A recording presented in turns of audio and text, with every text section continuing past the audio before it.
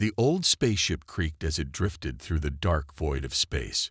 Inside, Captain Sarah Chen stared at the computer screen, her eyes wide with disbelief. Her hands shook as she read the message again and again. "This can't be true," she whispered to herself. But deep down, she knew it was. The proof was right there in front of her, hidden in the files her team had stolen from the Galactic Council's secret base. For years, humans had been part of the Galactic Council, thinking they were equal members of a peaceful galaxy. But now, Sarah and her crew had uncovered a terrible truth. The Council had been kidnapping human children for decades. Sarah took a deep breath and called her crew to the main room. As they gathered around her, she could see the worry on their faces. "What's wrong, Captain?" asked her first officer, Mike. Sarah looked at each of them, her voice heavy with emotion. "We found something. Something that will change everything." She turned on the big screen and showed them the files. Pictures of human children in strange labs, documents detailing experiments, and plans for more kidnappings filled the screen. Gasps and angry mutters filled the room. Sarah's engineer, Raj, slammed his fist on the table. Those monsters. How could they do this to children? Sarah nodded, feeling the same anger. "I don't know, Raj, but we're going to stop them." She turned to her communications officer, Yuki. "We need to get this information back to Earth right away. Can you send a secure message?" Yuki nodded, her face pale but determined. "Yes, Captain. I'll encrypt it so only our top leaders can read it." As Yuki worked, Sarah thought about what would happen next. She knew that once this news reached Earth, everything would change. The peace between humans and aliens that they had known for so long would be shattered. Hours passed as they waited for a response from Earth. The crew was tense, unable to rest or focus on their usual tasks. They all knew that they were sitting on information that could start a war. Finally, a message came through. Sarah read it out loud to her crew. "Message received. Return to Earth immediately. Do not engage with any Galactic Council ships. Maintain radio silence." The crew looked at each other, understanding the seriousness of the order. "You heard them," Sarah said. "Let's go home." As they changed course for Earth, Sarah couldn't help but think about all the families who had lost children over the years. How many had disappeared without a trace, leaving their parents heartbroken and confused. The journey back to Earth felt longer than ever before. Every time they passed another ship, the crew held their breath, worried that the Council might somehow know what they had discovered. As they entered the solar system, they saw that things had already changed. There were more human ships patrolling the area than usual, and they looked ready for a fight. When they finally landed on Earth, they were immediately taken to a high-security facility. Leaders from all over the world had gathered to hear their report. Sarah stood before them, feeling the weight of the galaxy on her shoulders. She told them everything they had discovered, showing them the files and explaining what it all meant. The room was silent as the leaders took in the information. Then, one by one, they began to speak. Their words were filled with anger, shock, and a determination to act. "We trusted them," one leader said, his voice shaking.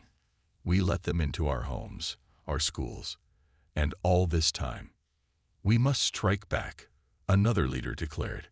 "We cannot let this crime go unpunished." As the meeting went on, Sarah could feel the mood in the room changing. The shock was turning into resolve. The fear was becoming anger. And that anger was quickly turning into a call for revenge. By the end of the day, the decision was made. Humanity would no longer be part of the Galactic Council. Instead, they would fight back against those who had betrayed them so terribly.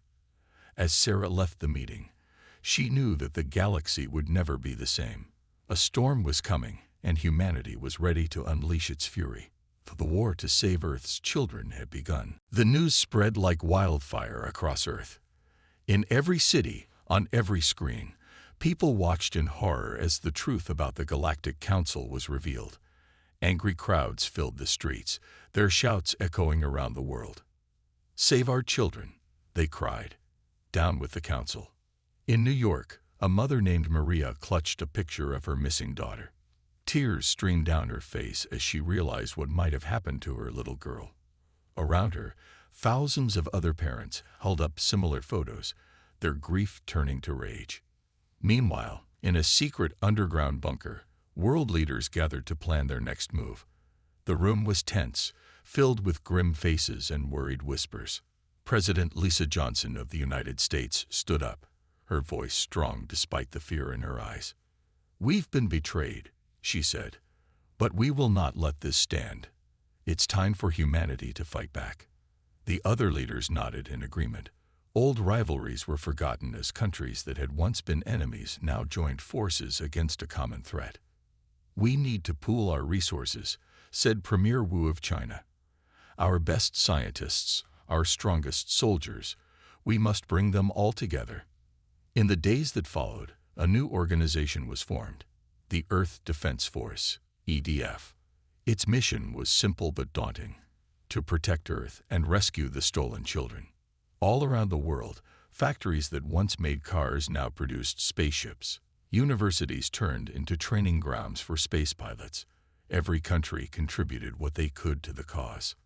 In a lab in Tokyo, Dr. Hiroshi Tanaka worked day and night on a new weapon. "We need something that can penetrate their shields," he muttered to himself, barely stopping to eat or sleep. Across the ocean in Silicon Valley, a young programmer named Alex created a new AI system. "This will help us outsmart their defenses," they explained to their team, their fingers flying across the keyboard. But not everyone on Earth agreed with the call for war. In London, a group of peace activists gathered in front of Parliament. "Violence isn't the answer," their leader shouted through a megaphone. "We should try to negotiate." But their voices were drowned out by the much larger crowd calling for action. The world had made its decision. Humanity would fight. As Earth prepared for war, the Galactic Council watched with growing concern. They had never expected the humans to discover their secret, let alone react so strongly. In the Council's grand chamber on a distant planet, alien leaders argued about what to do next. "We should crush them now, before they become a real threat," growled a reptilian counselor, slamming his scaly fist on the table. "No, we should try to calm them down," suggested a blue-skinned alien with large, sad eyes. "Perhaps we can still avoid a war." But it was too late for peace. As the council debated, the first human strike force was already on its way. Captain Sarah Chen, the one who had first discovered the council's crimes, now led a fleet of Earth's newest warships. Her face was set with determination as she addressed her crew. "We're not just fighting for ourselves," she said, her voice firm. "We're fighting for every child they've taken, for every family they've torn apart. Today, we show the galaxy that humanity is not to be underestimated." The ship's engines roared to life, carrying humanity's hope and fury into the stars. As they left Earth behind, Sarah looked at a picture of her own family taped to her console. She touched it gently, whispering a promise. "We'll make this right," she said, "no matter what it takes." As the Earth fleet disappeared into the depths of space, the people back home held their breath. The uprising had begun. Now all they could do was hope that their brave men and women would return victorious, with their lost children in tow. The galaxy was about to learn a harsh lesson. Never underestimate the wrath of a species fighting for its young. The Earth buzzed with activity like a giant beehive. In every corner of the planet, humans worked tirelessly to prepare for the greatest war in their history. The air was thick with determination and fear. In a massive hangar in the Mojave Desert, Chief Engineer Sofia Rodriguez climbed into the cockpit of Earth's newest spaceship. She flipped switches and pressed buttons, her face lit by the glow of screens. "How's it looking?" Sofia asked her assistant through the radio. Sofia grinned as the engines roared to life. "It's perfect," she said. "The Starhammer is ready for action." The Starhammer was Earth's secret weapon. It was faster and stronger than any ship humans had built before. Its hull was made of a new material that could withstand the strongest alien weapons. Meanwhile, In a hidden base deep under the Amazon rainforest, General Marcus Stone pored over star maps. He pointed to a small dot on the screen. "This is where we'll strike first," he said to the room full of officers. "It's a small Galactic Council outpost. We'll hit it hard and fast." One of the younger officers raised his hand. "But sir, won't that alert the whole council to our plans?" General Stone nodded grimly. "Yes, it will. But it will also show them that we're not to be trifled with. Sometimes the best defense is a strong offense." As the military prepared, scientists around the world worked on other projects. In a lab in India, Dr. Amrita Patel held up a small chip. "This translator will let us understand any alien language," she explained to her team. "It could be the key to finding our children." In Russia, a group of hackers led by Dmitry Volkov worked day and night to break into the Galactic Council's computer systems. "We're in," Dmitry shouted one day, his eyes wide with excitement. "We can see everything they're planning." The information they uncovered was sent immediately to Earth's leaders. It showed the locations of more council bases, including some where human children might be held. But the council wasn't sitting idle. They knew Earth was preparing for war, and they were getting ready too. On a distant planet, Zix 427, an alien general named Krall watched as his soldiers trained. Their tentacles moved swiftly, operating complex machinery. "The humans think they can challenge us," Krall gurgled to his lieutenant. "They will learn their mistakes soon enough." Back on Earth, in a small town in Japan, a young boy named Hiroshi couldn't sleep. He stared out his window at the stars, wondering if his big sister was out there somewhere. She had disappeared 3 years ago, and now he knew why. "I'll find you, Akiko," he whispered. "We're coming to save you." In orbit around Earth, the International Space Station had been transformed into a military command center. Captain Sarah Chen floated in the observation module, looking down at the blue planet below. Admiral James Harper joined her, his gray hair floating in the zero gravity. "Are we ready, Sarah?" he asked softly. Sarah turned to him, her eyes fierce. "As ready as we'll ever be, sir. The fleet is assembled. The Starhammer is operational. Our spies have given us the intel we need." Admiral Harper nodded. "Then it's time. Send the word to all ships. Operation Child's Dawn begins now." Sarah saluted and pushed off towards the command center. As she flew through the station, she saw crew members from every nation working together. Chinese technicians worked alongside American engineers. Russian pilots chatted with Brazilian scientists. The sight filled her with pride and hope. In the command center, Sarah took her place at the main console. She took a deep breath and pressed the broadcast button. "Attention all Earth forces," she said, her voice carried to every ship and base. "This is Captain Chen. Operation Child's Dawn is a go. I repeat, Operation Child's Dawn is a go. Good luck, and Godspeed." As her words echoed across the fleet, engines flared to life. Hundreds of ships, led by the mighty Starhammer, began to move. They formed up into attack formations and accelerated, leaving Earth behind. The stars beckoned, holding both promise and peril. Humanity was on its way to war, driven by the most powerful force in the universe, the love of parents for their children. The Galactic Council was about to learn a painful lesson. Never stand between humans and their offspring. The darkness of space was broken by the glow of 1,000 engines. Earth's fleet moved swiftly and silently towards its target, a small Galactic Council outpost on a distant moon. Captain Sarah Chen sat in the command chair of the Starhammer, her eyes fixed on the holographic display in front of her. The outpost appeared as a small red dot, growing larger as they approached.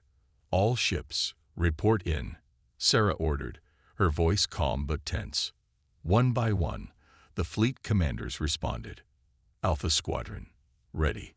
Beta Squadron, standing by. Gamma Squadron, awaiting orders." Sarah took a deep breath. This was it, the moment that would change the course of human history forever. "Begin the attack," she commanded. The human ships surged forward, weapons charging. The Galactic Council outpost, caught completely by surprise, scrambled to raise its defenses. Laser fire erupted from Earth's ships, striking the outpost's shields.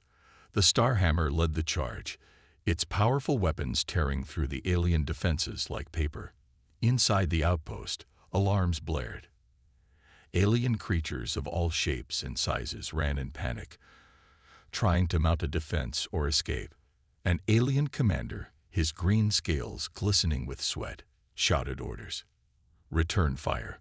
Call for reinforcements. But it was too late. The human attack was too swift, too unexpected. Before the aliens could organize a proper defense, human troops were already boarding the station.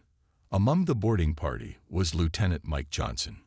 He led his team through the alien corridors, his heart pounding with a mix of fear and determination.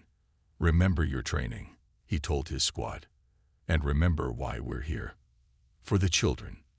They encountered resistance, alien guards armed with strange weapons, but the humans' rage and superior tactics won out.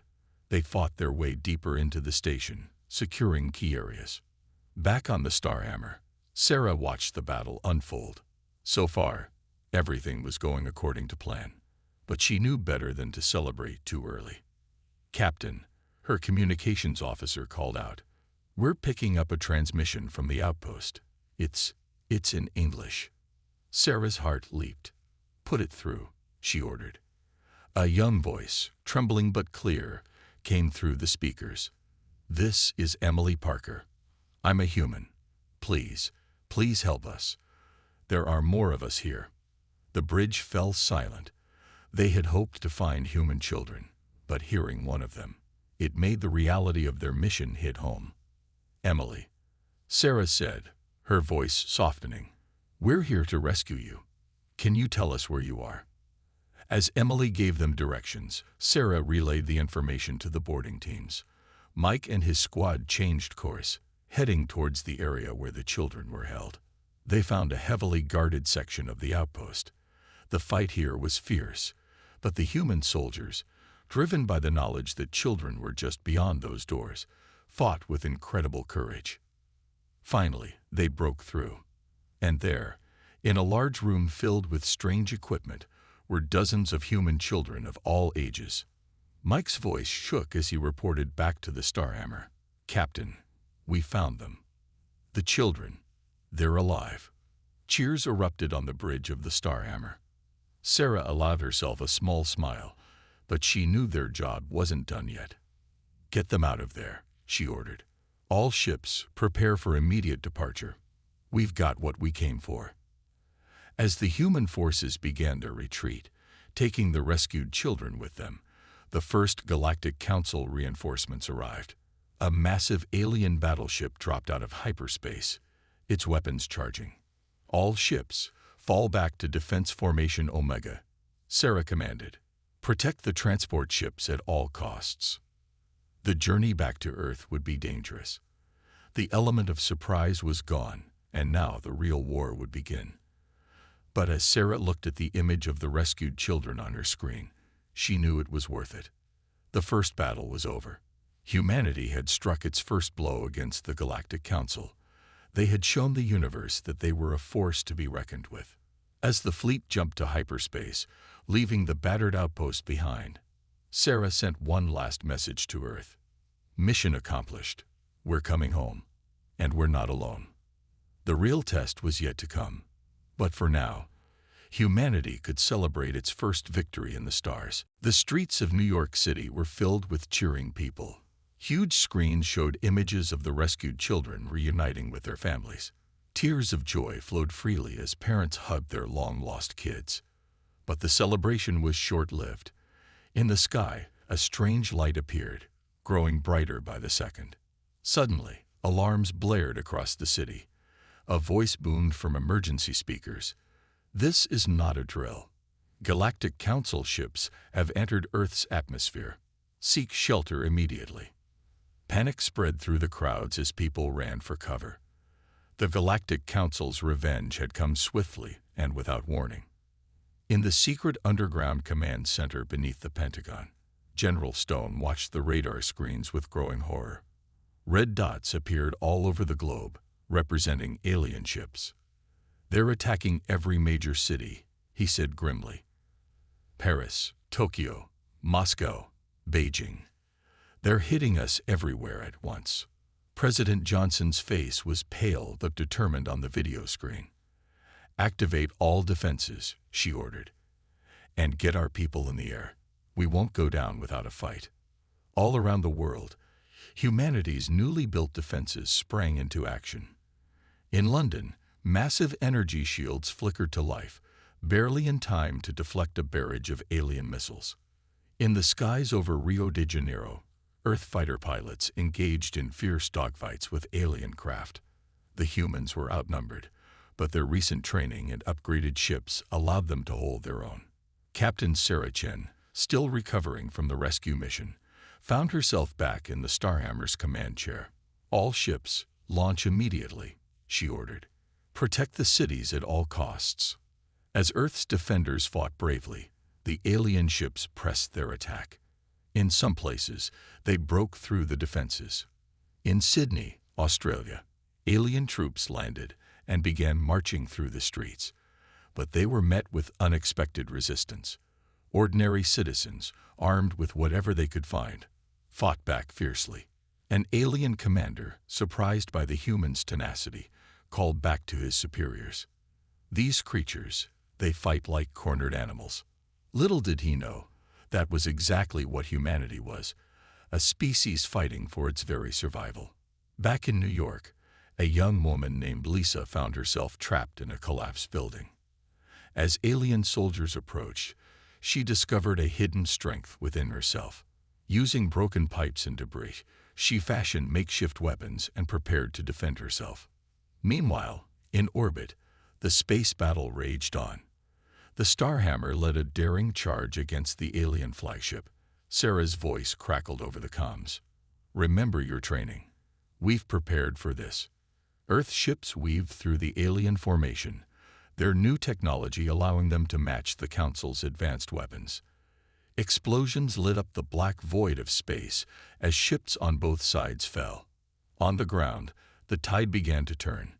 In Beijing, Chinese scientists activated a new weapon, a massive EMP device that disabled the alien ship's electronics, sending them crashing to the ground. In the African savannah, Maasai warriors, armed with spears and determination, ambushed alien ground troops. Their bravery inspired others, showing that even the most traditional cultures had a role to play in Earth's defense. As the battle raged on, both sides suffered heavy losses. Cities burned, ships exploded, and brave soldiers on both sides fell. But slowly, surely, humanity began to push back the alien invasion. In the command center, General Stone allowed himself a small smile as he watched the alien forces begin to retreat. "We're doing it," he said in awe. "We're actually winning." President Johnson nodded, her face showing both relief and sorrow for the lives lost. "But at what cost?" she asked softly. As the last alien ships fled Earth's atmosphere, cheers erupted in command centers and shelters around the world. Humanity had faced its greatest threat and survived. Captain Sarah Chen's voice came through on the global channel, tired but triumphant. "The enemy is in full retreat. Earth is secure. I repeat, Earth is secure." As the dust settled and people emerged from their shelters, they saw a changed world. Cities lay in ruins, and the sky was scared by the battle. But there was also hope. Humanity had united as never before, proving they could stand against any threat. The Galactic Council had underestimated the humans. They thought their surprise attack would crush Earth's defenses. Instead, it had only made humanity stronger, more united, and more determined than ever to bring the fight to the stars. As rescue efforts began and rebuilding started, one thing was clear: this was not the end of the war. It was only the beginning. 6 months after the Galactic Council's attack on Earth, humanity was ready for its biggest move yet. The entire planet had become a war machine, preparing for one final decisive battle. In orbit around Jupiter, Earth's massive fleet gathered. Thousands of ships, from small fighters to huge battlecruisers, floated in the gas giant's shadow. At the center of it all was the Starhammer, now upgraded and more powerful than ever. On the Starhammer's bridge, Captain Sarah Chen looked out at the assembled fleet. Her face showed the weight of command, but her eyes burned with determination. "All ships report ready, Captain," her first officer said. Sarah nodded. "Then it's time. Send the signal." Across the fleet, engines flared to life. The largest military force in human history began its journey towards the heart of Galactic Council space. Meanwhile, on the Council's homeworld, alarm spread through the alien leaders. High Counselor Zix, a tall, multi-eyed creature, stared in disbelief at the reports. "Impossible," he gurgled. "How could they have built such a force so quickly?" But the evidence was clear. The humans were coming, and they were out for blood. As Earth's fleet approached Council space, they encountered heavy resistance. Alien ships swarmed from every direction, filling space with energy beams and missiles. The battle was fierce. Ships on both sides exploded into silent balls of fire. Pilots and gunners on all sides fought with everything they had. In the thick of the fight, a young Earth pilot named Raj maneuvered his fighter through the chaos. He dodged enemy fire and took out 3 alien ships in quick succession. "This is for my little brother," he whispered as he fired, thinking of the sibling he'd lost to the Council's kidnappings. On the ground, things were just as intense. Earth's best soldiers, led by the now Colonel Mike Johnson, had landed on key Council worlds. They fought their way through alien cities, freeing human prisoners and sabotaging important facilities. In one prison camp, Mike found a group of terrified human children. As he helped them to safety, a little girl looked up at him with wide eyes. "Are you here to take us home?" she asked. Mike nodded, his throat tight with emotion. "Yes, sweetheart, we're taking you home." Back in space, the Starhammer led a daring assault on the Council's main defense station. Sarah's voice rang out over the comms. "All ships, focus fire on the station's power core." The combined firepower of Earth's fleet hammered the alien station. Its shields flickered and failed under the onslaught. But victory came at a cost. Many Earth ships fell to enemy fire. Each loss was felt keenly by Sarah and her crew. As the battle raged on, both sides threw everything they had into the fight. The fate of humanity and the galaxy hung in the balance. In a bold move, Sarah ordered the Starhammer to ram through the Council's defenses. The mighty ship plowed through, creating an opening for the rest of the fleet. "This is our chance," Sarah shouted. All ships pushed through. Earth's ships surged forward, breaking through the alien line. They poured fire onto the Council's capital ships, turning the tide of the battle. On the Council homeworld, panic set in. High Counselor Zix realized the war was lost. With shaking tentacles, he opened a channel to the human fleet. We surrender," he said, his voice trembling. "Please, stop the attack." Sarah received the message with mixed emotions. They had won, but at a terrible cost. "All ships, cease fire," she ordered. Then, to the Council, "We accept your surrender on one condition. Return every human child you've taken. All of them."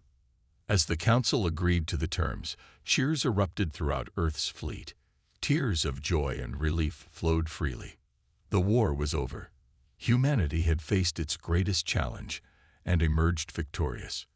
They had saved their children and proven themselves a force to be reckoned with in the galaxy.